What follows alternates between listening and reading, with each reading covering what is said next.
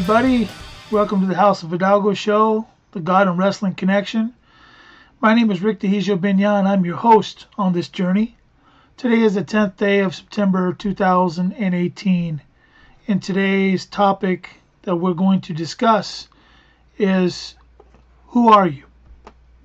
That's the title of our series, the 12th episode of the House of Hidalgo show 2018, entitled, Who Are You?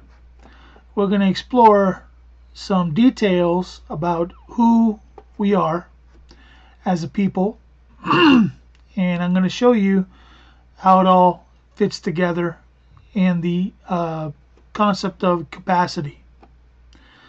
Before we get there, I'm going to run some sponsorship ads, and I would just like to introduce you to the sponsors for my program.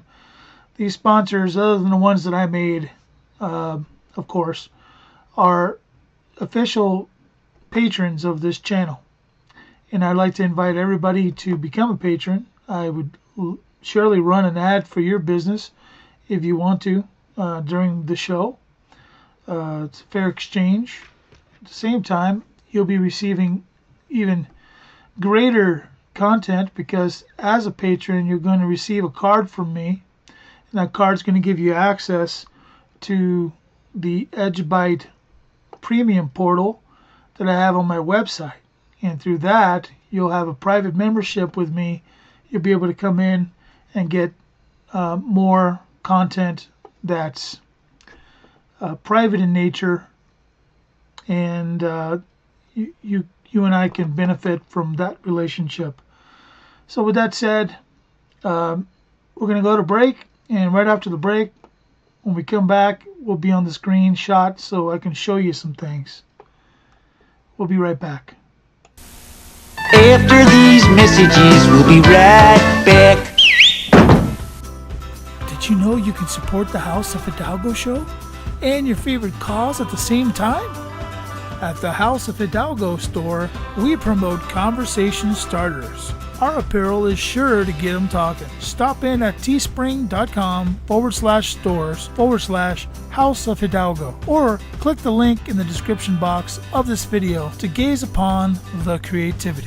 Then just order what you want, when you want it, and have it shipped directly to you. Wow! The House of Hidalgo store is here to serve you. Get conversations started the old-fashioned way. Wear it, don't swear it, and remember, we're all about the blood. Sewing Cool Stuff and More of Yankton is your one-stop for general alterations, repairs, and custom sewing and sewing classes. Custom projects from baby blankets and memory quilts to jingle and shawl dance regalia dresses, and everything in between.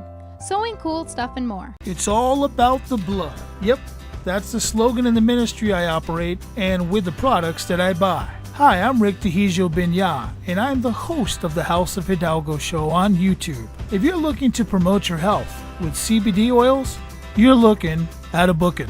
Book greenflowerbotanicals.com for your health needs, and use the link provided in the comment section of this video, because doing so will help you cleanse your blood and promote the blood of Jesus to the world. Just join our Healthy for the Blood campaign by ordering through the link below, and a percentage of the sale will benefit my ministry. It's all about the blood. All right, we're back. Thank you for hanging in there through those ads. And what you're looking at right now is a White Pages ad. And what I did was I looked up the word or the name John Smith. You know, you look up any phone book in America, and you're going to find a lot of Smiths. Okay, so what I'd like to do is show you here. Okay, so there's a John Smith in Madison, South Dakota. There's a John Smith in Aberdeen, South Dakota. There's a John N. Smith in Montrose. There's a John Nathan Smith also in Montrose. They appear to be two different John N. Smiths, yet they are around the same age. They live in the same town. Here's a John A. Smith and T, a John W. Smith and Mitchell, a John Smith and Mitchell, a John Randall Smith and Sioux Falls. Why am I showing you this? Well, I want to show you that a name is ambiguous.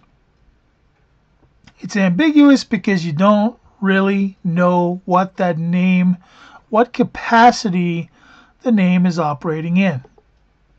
We are, of course, assuming that because there's an age value next to the name, that there must be, this must be an actual living, breathing person. But we don't know what capacity that living, breathing person is operating in. How do we know that this living, breathing person is a U.S. citizen or a U.S. person, a U.S. individual, that they're not performing as some kind of a foreign vessel to the U.S.? How are they performing? How are they living their life? In what capacity are they being governed? We don't know that by the name. Hence why when you sign a document with your given name, you're being very ambiguous, and when you sign it ambiguously, you're signing as the accommodating party. You're taking on suretyship for the transaction that's taking place when you sign ambiguously. All right? Because names are ambiguous. You can't tell by these names which John Smith is operating as what. And sometimes you'll run into multiple John Smiths with the same name. There'll be many John David Smiths. So what do you do then? How do you separate them? What in law, what separates one John Smith from another? Well, okay, that's what I wanted to get started, was this conversation. So let's go look at a very famous birth certificate. Okay, yeah, this is the birth certificate of that guy that I won't say the name of. You can read it for yourself. But I think this one's in big trouble. Let's hope. And as you can see by the birth certificate, okay, the birth certificate's numbered. See, file number and health department number up there. This is one of the ways that different capacities or different, names are separated. Because if you do a search in the United States, you're going to find out there's probably several guys by this name. Now, in order to separate them and not to have confusion, you could number the individuals as they're born, such as what happens through a certificate of live birth. Now what I want you to realize and to understand is, once you come to the realization that every individual operates through a number, and that number is connected back to this document in some way, in some form, and I'll show you what I mean. Think about your life here in America, and you were told, and I'm going to go ahead and go to the page here. You were told by the Social Security Administration, maybe you were told by your parents who, learned this through the Social Security Administration, or maybe through their employer, that they needed a Social Security card to work. Well, everyone needs to work, so, because how do we put food on the table if we're not working? We need to expend energy to, in order to make more capital, in order to buy what it takes to re-energize us. It's a constant cycle. We've talked about that before on the House of Hidalgo show. So let's read here into this so that I can explain a little further. So we're being told that here you need a social security number to get a job, collect social security benefits, and get other government services. Okay, now first of all, I want to stop right there and I want to do a little quick grammar lesson. All right? It says here that you need a social security number to get a job, collect social security benefits, and get some other government services. Now, why didn't they say here you need a social security number to get a job, collect social security benefits, and get some government services? Why did they put the word other in there? Well, of course they put the word other in there because other refers back to the subject. The subject is you need a social security number to get these things and other government services. So these are all government services. Your job is a government service. And it goes on to say, but you don't often need to show your social security card. Oh, really? That's interesting. How many people have ever applied for a driver's license? Do you need to present a social security card for a driver's license? How many people have ever gotten a marriage certificate and a license for marriage? Do you need to supply a social security card to be married under the state? How many of you have ever gotten a job without presenting your social security card? So the idea that we don't need often to show our social security card is an absolute pile of BS. Just about everything that a government service, in quotes, offers necessitates a social security card. I wonder why that is. So let's look here at what you need to do to get a social security card. First, you have to be a U.S. citizen. Notice the lowercase c. Age 18 or older with a U.S. mailing address. This includes APO, FPO, and DPO addresses.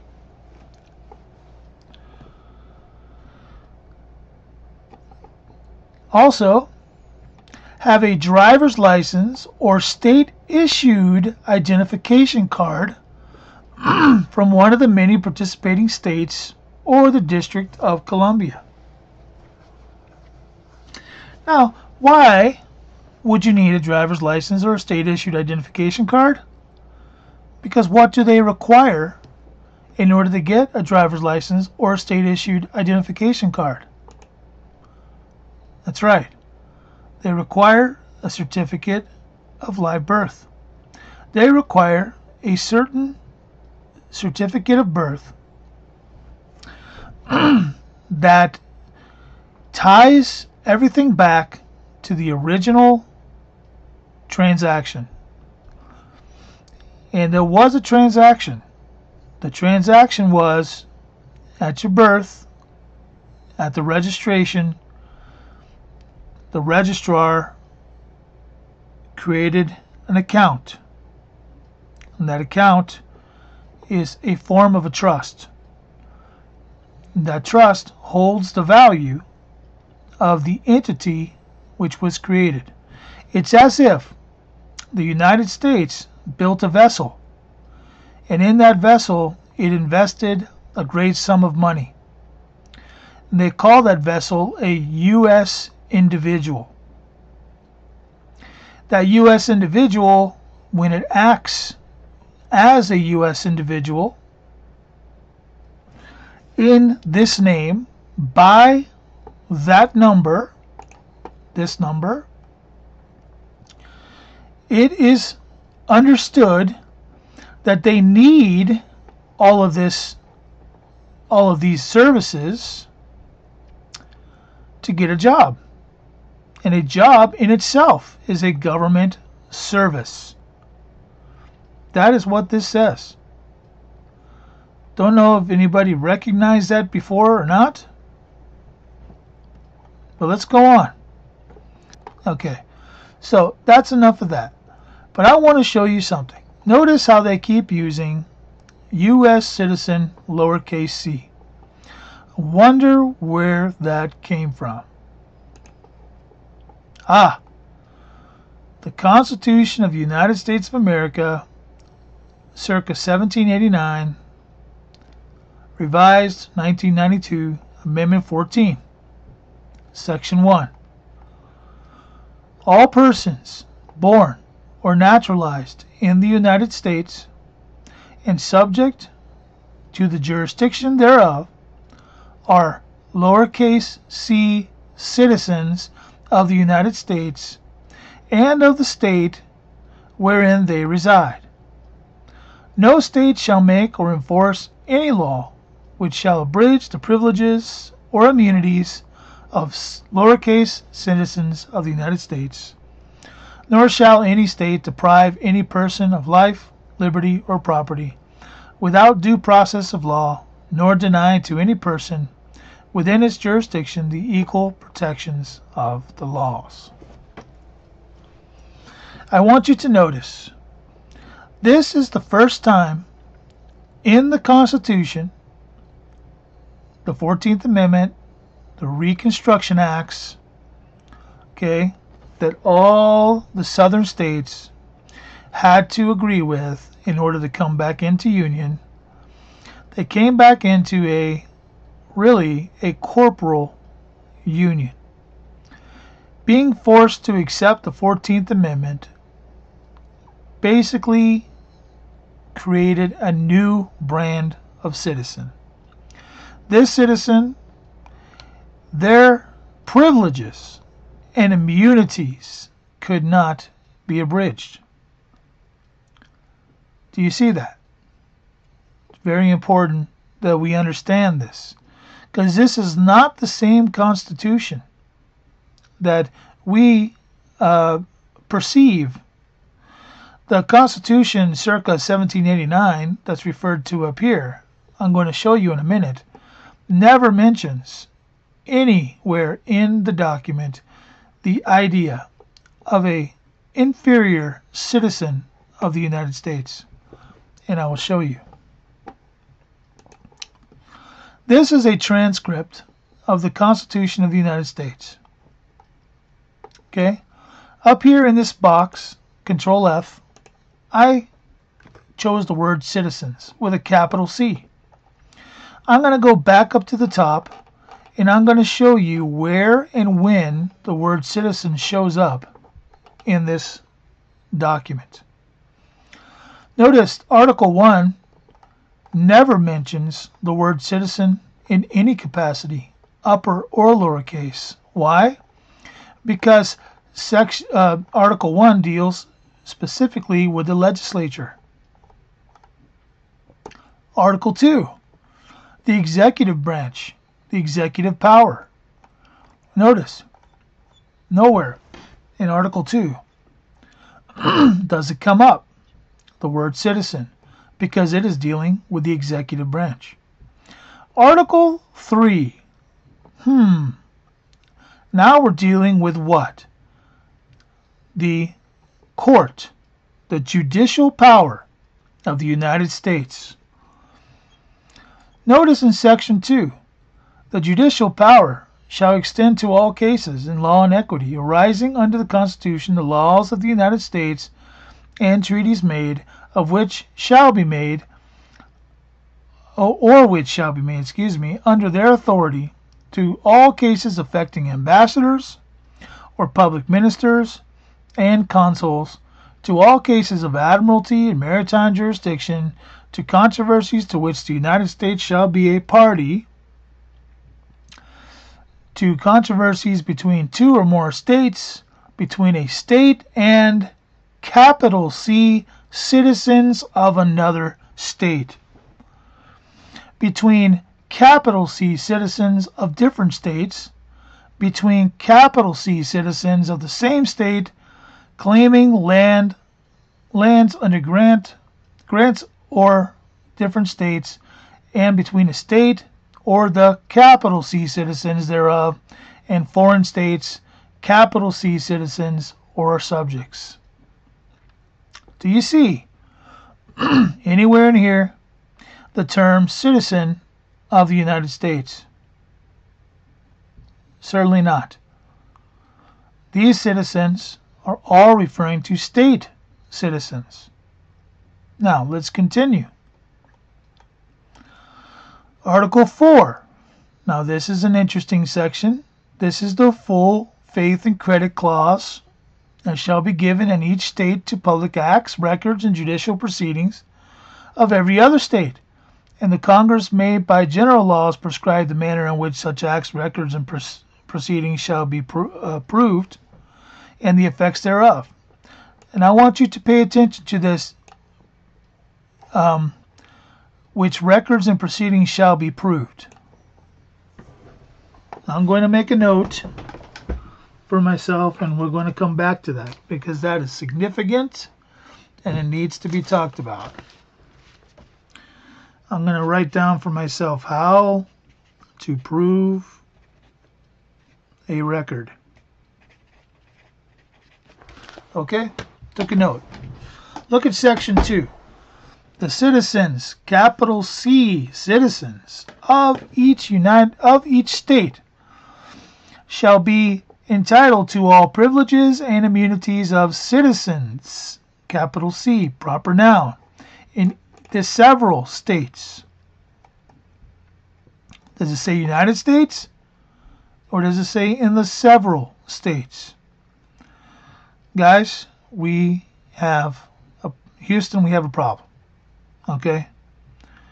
We don't even know what to call this thing because they've stolen the name United States and made it into a corporation. But let's go on. Notice, there is no regard for citizen anywhere in Article 5. Why? Because we're dealing again with the legislature. Article 6, again, no dealing whatsoever in the debts, the contracts, engagements, so on and so forth, all right, of under the Confederation. All this, citizen is never mentioned, whether in capital or lowercase form. Article 7, do you see the name there? No. This is the ratification term, the unanimous consent of the states, and the signatures. Did you notice that never in here is this word citizen ever used in lowercase until the 14th Amendment, when suddenly the persona, something changed, they became inferior by contract. Ladies and gentlemen, the reason we are oppressed is because we've oppressed ourselves by the contracts that we have engaged in. We have unlimited right and unlimited authority to operate as to operate as capital C citizens. But as lowercase c citizens, we have only immunities and only privileges, which are decided upon by Congress. The United States Congress, not the Congress of the several states. Let's get this right. So, this is very important for us to remember as we move forward. So, I want to talk a little bit about the right of capacity. Here's a Google definition of the law of capacity.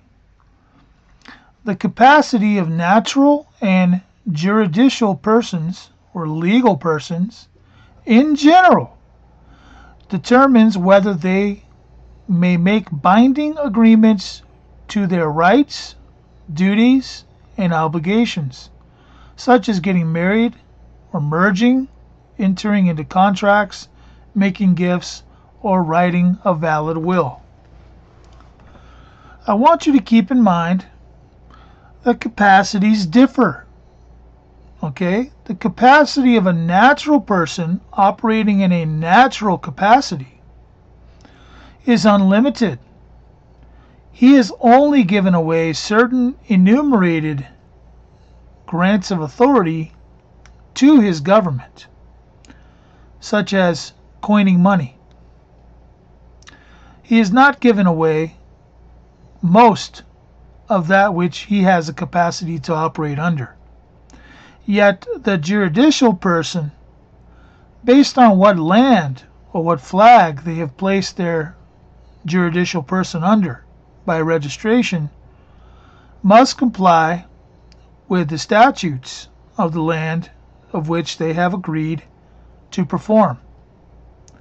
So this is a very important difference, and it dictates as to whether someone has the right, duty, or obligation of marrying, merging, entering into contracts, making gifts, or even writing a valid will. Keep this in mind. So important. Now, a lot of the question here goes back to the original intent of the Social Security Act.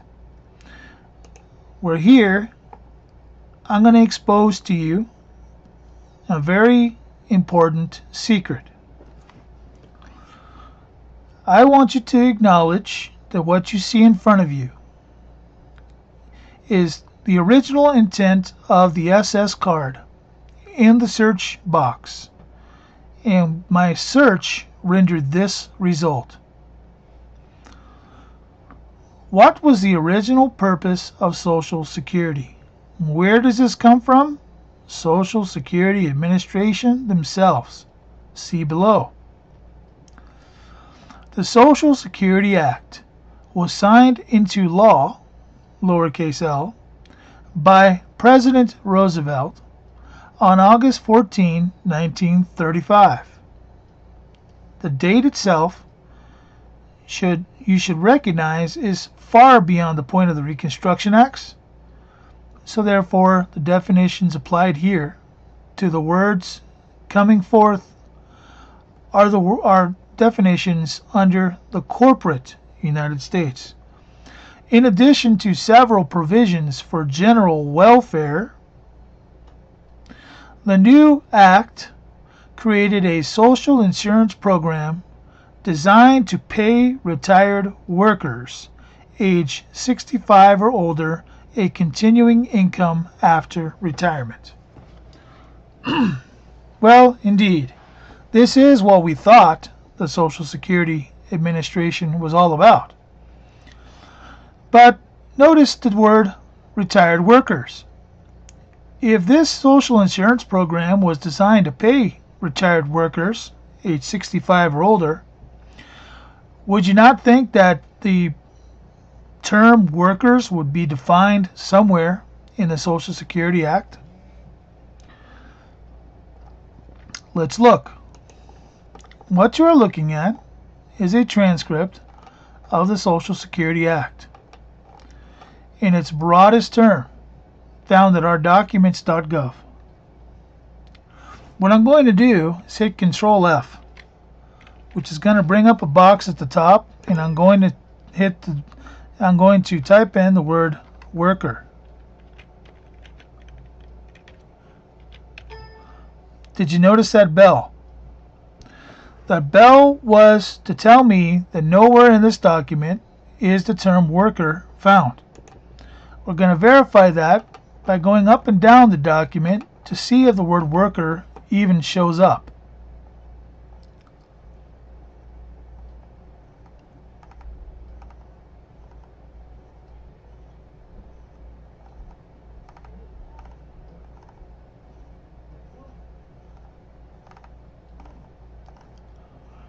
Notice there's no highlighted items. Nowhere on this, even in the definition section, is there any reference to workers. The reason for this is because the word worker actually never shows up. A worker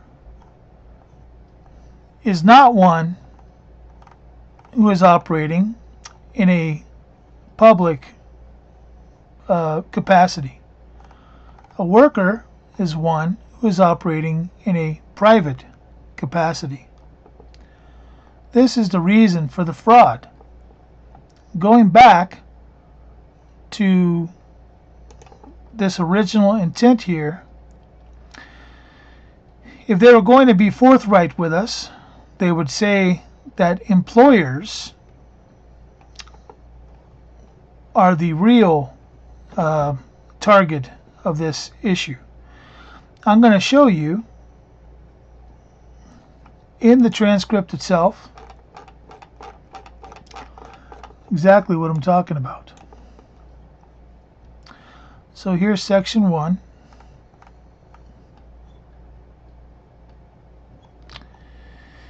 Let me hunt it down for you real quick here. It's not the hardest thing in the world to find. Here we go, definitions.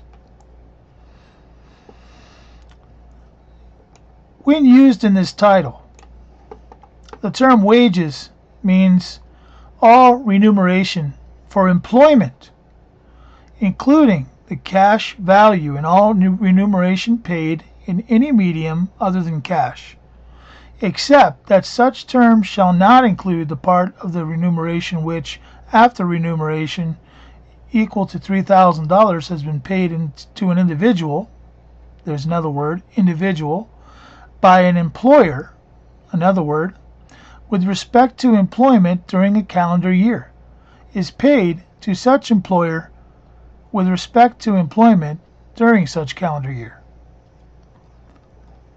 Now I want you to look. The term employment means any service or of whatever nature performed within the United States by an employee for his employer, except agricultural labor, domestic service in a private home, casual labor not in the course of the employer's trade or business, service performed as an officer or member of the crew of a vessel documented under the laws of the United States or of any foreign country. Service performed in the employ of the United States government or any instrumentality of the United States. Service performed in the employ of a state, a political subdivision thereof, or an instrumentality of one of the states or political subdivisions. And service performed in the employ of a corporation, community chest, fund, or foundation organized and operated exclusively for religious, charitable, scientific, literary, or educational purposes, or for the prevention of cruelty to children or animals, no part of the net earnings of which inures to the benefit of any private shareholder or individual.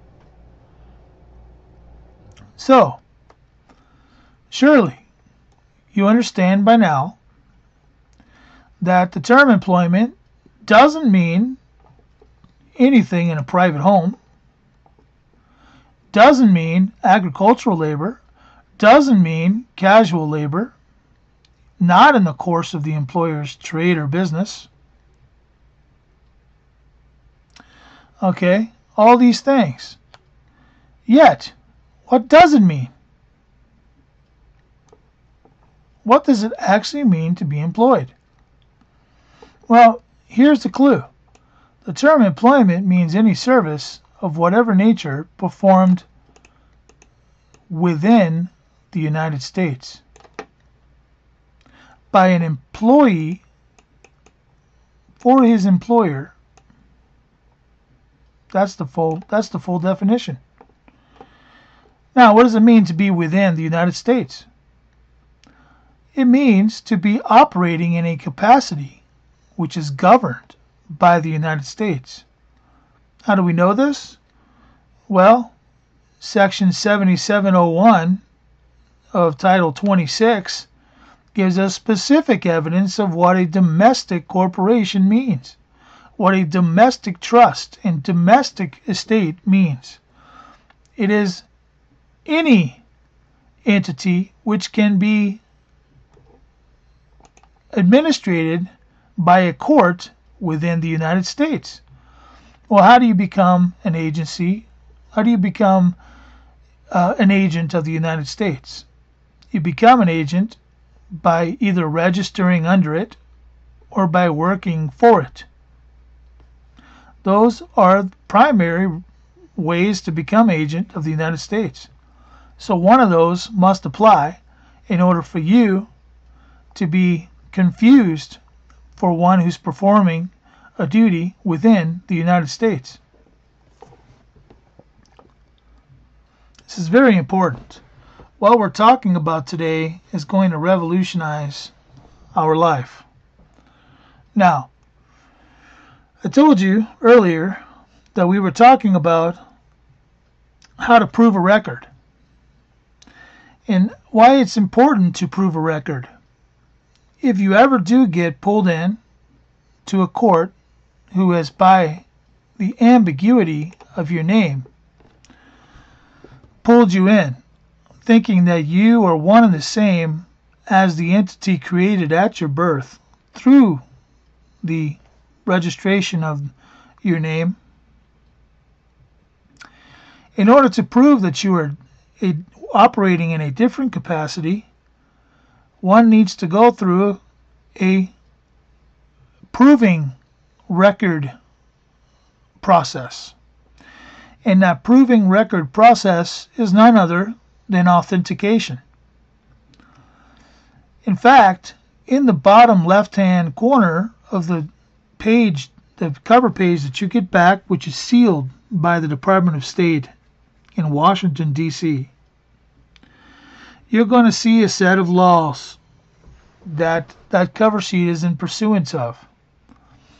One of the very laws enumerated in there is the laws of evidence, civil laws of evidence.